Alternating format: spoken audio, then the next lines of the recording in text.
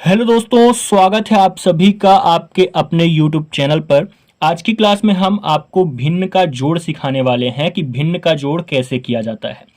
सभी बच्चों के लिए इम्पॉर्टेंट है। जिन बच्चों को नहीं आता है ध्यान से समझेंगे, हर चीज़ें उनको समझ में आएंगी और बहुत बेहतरीन तरीके से हम आपको पढ़ाने वाले हैं। देखिए, ऊपर वाली संख्याओं को अंश बोला जाता है और नीचे वाली संख्याओं को हर बोला जाता है। इतना तो आप सभी को पता है।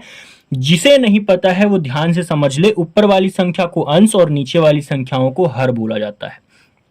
तो ऐसे प्रश्नों को सॉल्व करने के लिए सबसे पहले आपको नीचे वाली संख्याओं का क्या लेते हैं, एलसीएम निकाला जाता है। नीचे वाली संख्याओं का क्या निकाला जाता है, एलसीएम मतलब लघुत्तम निकाला जाता है।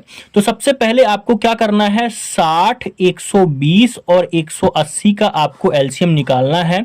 तो आपको एलसीएम इस तरीके से निकालना होता है। सबसे पहले आप 2 से काटेंगे तो यहां निकल के आएगा 30 और यहां निकल के आएगा 60 और यहां निकल के आएगा 90। आपको एलसीएम आना चाहिए बहुत अच्छे से, आपको लघुत्तम तो आना ही चाहिए।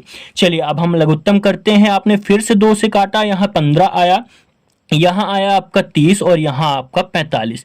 फिर से आपने 2 से काटा तो ये 15 नहीं कटा, 30 कटा तो 15 आया और 45 नहीं कटा।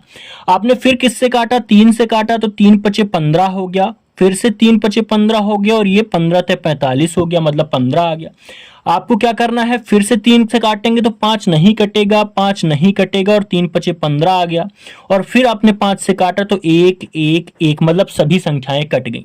तो आपके पास एलसीएम कितना निकल के आया है, ये आया है 2 दूनी 4, 4 दूनी 8, 8 त्रिक 24 और 24 ત્યાં 72 और 72 पंचे कितना होता है, 72 पंचे 360 होता है। इन सभी संख्याओं का आपस में मल्टीप्लाई करेंगे तो कितना आएगा, 360 आएगा। तो एलसीएम हमारा कितना आ गया है, 360 आ गया है।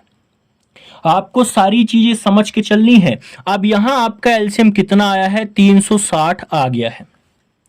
अब आगे चलते हैं, आगे क्या प्रोसेस होता है उस चीज को हम बढ़िया से समझते हैं।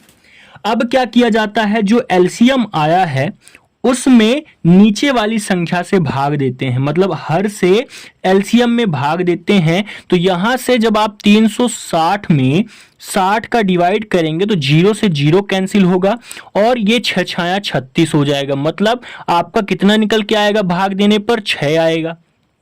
भाग देने पर जितना आता है उसका हम क्या करेंगे, उसी के ऊपर वाली संख्या में मल्टीप्लाई कर देते हैं। ठीक है, आपने 360 में 60 से डिवाइड किया तो कितना आया, 6 आया। और फिर उस 6 का उसी वाली संख्या के ऊपर जो 40 है उसमें हम क्या करेंगे, मल्टीप्लाई करेंगे। तो 40 गुणे हम 6 करेंगे तो 6 शून्य 0, 6 चौको 24, कितना आ गया, 240 आ गया। ये 240 हम यहां लिख देंगे। बात समझ में आ गई। उसके बाद ये प्लस है तो हमने प्लस कर दिया। फिर से वही प्रोसेस, अब एलसीएम में किसका भाग देंगे, इस वाली नीचे वाली संख्या का भाग देंगे। मतलब 360 में अब किससे भाग देंगे, 120 से हम भाग देंगे। तो यहां से 0 से 0 कैंसिल हो जाएगा और उसके बाद 12 एकम 12, 12 त्याई 36, कितना आया, 3 आया। मतलब 360 में 120 से भाग देने पर कितना आया है, 3 आया है।